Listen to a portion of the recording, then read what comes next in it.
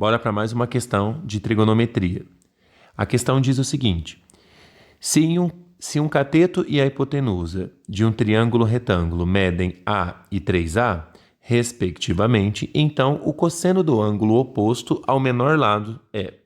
Então, primeira coisa, eu vou desenhar aqui um triângulo retângulo, eu vou acrescentar aqui algumas informações do que o exercício trouxe, e eu vou relembrar aqui, primeira coisa, um exemplo, que é o seguinte: por que a hipotenusa ela é o maior lado do triângulo, certo? Porque ela está de frente ao maior ângulo do triângulo, certo? Então, aqui o ângulo é 90, beleza? Então, na frente do ângulo de 90, eu tenho aqui a hipotenusa.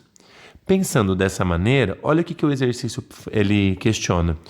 Qual é o cosseno do ângulo oposto ao menor lado? Então, o menor lado, ele vai estar na frente do menor ângulo, certo? Então, ou seja, eu preciso então descobrir quem que é esse menor ângulo para conseguir aplicar as relações, né, trigonométricas aqui. Porém, eu não sei se o menor ângulo é esse ângulo que está aqui em cima ou talvez esse ângulo que esteja aqui embaixo. Para que eu possa determinar com clareza, eu preciso descobrir alguma informação sobre esse terceiro lado aqui. Pensando nessa necessidade, eu vou aplicar aqui o Teorema de Pitágoras. Por quê? Se eu tenho 3 medidas, né, de um triângulo retângulo, eu posso aplicar o Teorema de Pitágoras.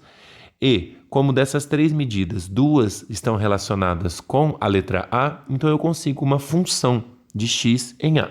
Então, aplicando o Teorema de Pitágoras aqui, né, que diz que a hipotenusa ao quadrado é igual a soma dos quadrados dos catetos, certo?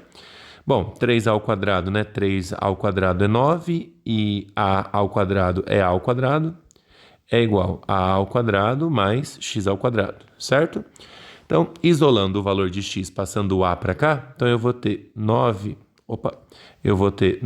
ao quadrado menos a ao quadrado igual a x ao quadrado.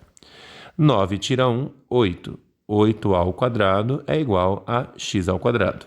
Como eu preciso do valor de x, certo? Eu vou isolar o valor de x passando a raiz.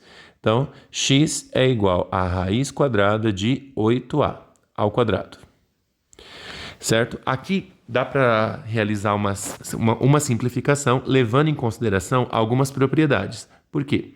Se eu analisar isso daqui, ó, raiz quadrada de 8a ao quadrado. 8a ao quadrado é a mesma coisa que 8 vezes a. Então, pela propriedade dos radicais, então eu posso separar em 2 raízes, certo? Da seguinte maneira. Aqui, o grau da minha raiz, ele vai ser, né, um grau 2, porque o x estava elevado a 2, né, anteriormente. E o que eu vou pensar? Se eu posso cancelar esse quadrado com a raiz, né? E eu não preciso pensar em módulo. Por quê? Eu estou falando de um valor de uma medida, né? Do lado de um triângulo. Então, isso daqui ele sempre vai ser positivo. Então, eu posso simplesmente cancelar e já deixar esse A aí, tá bom? E o 8, né? O 8 não é uma raiz exata, mas como ele é um número maior do que 7, então eu consigo simplificar, né? Nem todos, mas eu posso tentar simplificar. E se eu parar para analisar, o 8 é a mesma coisa que 4 vezes 2. Correto? E 4 vezes 2, se eu usar a mesma propriedade, eu posso separar em raiz quadrada de 4 e raiz quadrada de 2. Então, ou seja, isso aqui ficaria raiz quadrada de 4 vezes raiz quadrada de 2 vezes o a que eu já consegui simplificar, certo? Isso daí, ó, raiz quadrada de 4 é um número que é possível calcular, que é 2. Então, ficaria 2 vezes a raiz quadrada de 2 vezes o valor de a. Beleza? Então, se nós analisarmos agora o nosso triângulo, lá no lugar de x, eu vou colocar 2 raiz de 2 vezes o valor do a, certo? Então, vamos pensar. As 3 medidas, aqui embaixo, quando não tem nada, tem 1. As 3 medidas têm a variável a, certo? Em comum. Bom, a hipotenusa eu tenho 3. No outro eu tenho 2 vezes o valor de uma raiz e embaixo eu tenho apenas 1. Então, o valor menor acaba sendo mesmo esse de baixo aqui. Legal? Então, o exercício ele me pede, ele diz o seguinte: qual é o cosseno do ângulo oposto ao menor lado? Então, o ângulo oposto ao menor lado é esse ângulo que está aqui em cima, tudo bem? Esse ângulo aqui, que eu vou chamar ele aqui de um ângulo y, certo? Então, analisemos. Se eu fizer aqui um pequeno esboço aqui rapidinho do meu triângulo, o que que eu tenho? Eu tenho que esse ângulo aqui, ó, é o ângulo que eu estou trabalhando aqui agora, é o ângulo Y, certo? Se aqui eu tenho o meu ângulo reto, o que que o exercício pede? O cosseno. Bom, como é triângulo retângulo, né, o cosseno do ângulo que eu quero é o cateto adjacente dividido pelo valor da hipotenusa, certo? Bom, analisemos aqui o nosso esquema.